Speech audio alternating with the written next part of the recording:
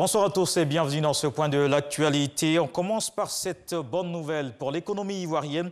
La Côte d'Ivoire est le pays le plus riche de l'Afrique de l'Ouest en termes de PIB par habitant. Le produit intérieur brut estimé à 2286 $ par habitant. C'est un classement de la Banque mondiale qui place le pays en tête dans la sous-région. Une performance due aux nombreuses réformes économiques, entre autres. Et puis on connaît le calendrier de travail de l'Assemblée nationale. Il a été adopté aujourd'hui par les députés au cours d'une séance. Les travaux commencent ce jeudi 17 septembre jusqu'au 19 novembre 2020. Pendant 2 mois, ces parlementaires de la Chambre basse vont examiner 15 projets de loi au total. Il s'agit entre autres des textes portant attribution et fonctionnement de la Cour de cassation, du Conseil d'État. Le vice-président de l'Assemblée nationale invite tous les députés à prendre part à toutes les dispositions pour participer aux travaux. Ouverture à Abidjan ce jeudi du 3e congrès africain sur les maladies chroniques et non transmissibles et la diabétologie. En Côte d'Ivoire, ces pathologies représentent 31% des cas de décès enregistrés. Ces journées vont permettre d'améliorer le dépistage et la prise en charge des malades. Jean-Marc Diadji.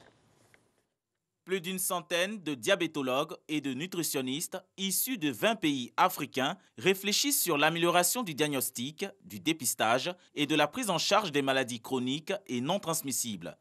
En Côte d'Ivoire, 31% de l'ensemble des décès enregistrés sont causés par ces pathologies. À l'ouverture de ce 3e congrès africain sur ces maladies, le ministre de la Santé et de l'Hygiène publique, Eugène Aka Awele, mise sur la décentralisation des unités de soins au sein des hôpitaux publics pour réduire le taux de mortalité. Aujourd'hui, avec le diabète, il y a une décentralisation totale du traitement. Je crois que c'est important, c'est-à-dire que la santé, les soins de santé doivent aller vers les malades. Donc aujourd'hui, sur toute l'étendue du territoire, les malades de diabète sont traités sur place. L'État de Côte d'Ivoire a mis en place son plan d'action intégré maladies non transmissibles 2015-2019.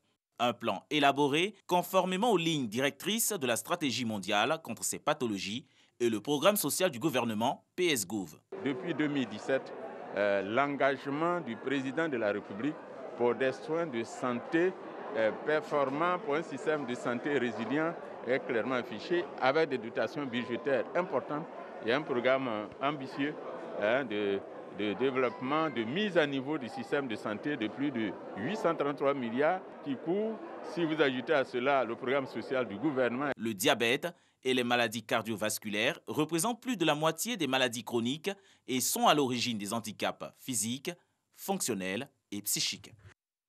Dans le reste de l'actualité, au Mali, la junte malienne a pour la première fois affirmé officiellement qu'elle était pour une transition dirigée par un militaire. Mais la CEDEAO reste sur sa position.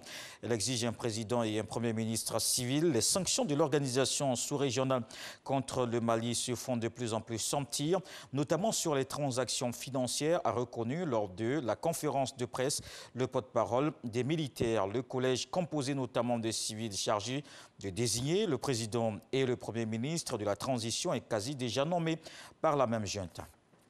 En Mauritanie, des millions de poissons morts échoués sur les plages de Nouakchott. Des spécialistes des milieux marins envoyés ont effectué des prélèvements et procédé à des analyses. Les résultats concluent toute contamination par des produits chimiques, excluent toute contamination par des produits chimiques.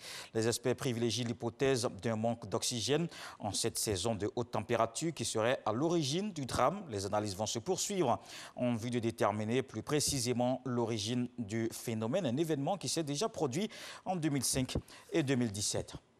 Et puis on termine au Soudan. Les autorités ont révélé hier la fin d'un vaste coup de filet qui s'est étalé sur presque un mois. Au total, 41 personnes arrêtées en possession des détonateurs ou encore de nitrate d'ammonium, un produit explosif.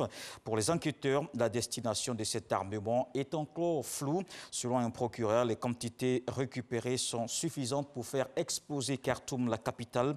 Les autorités ont dénoncé cette contrebande qui menace la sécurité nationale et enrichit les criminels. À 20 h, le journal. Je vous retrouve avec beaucoup de plaisir.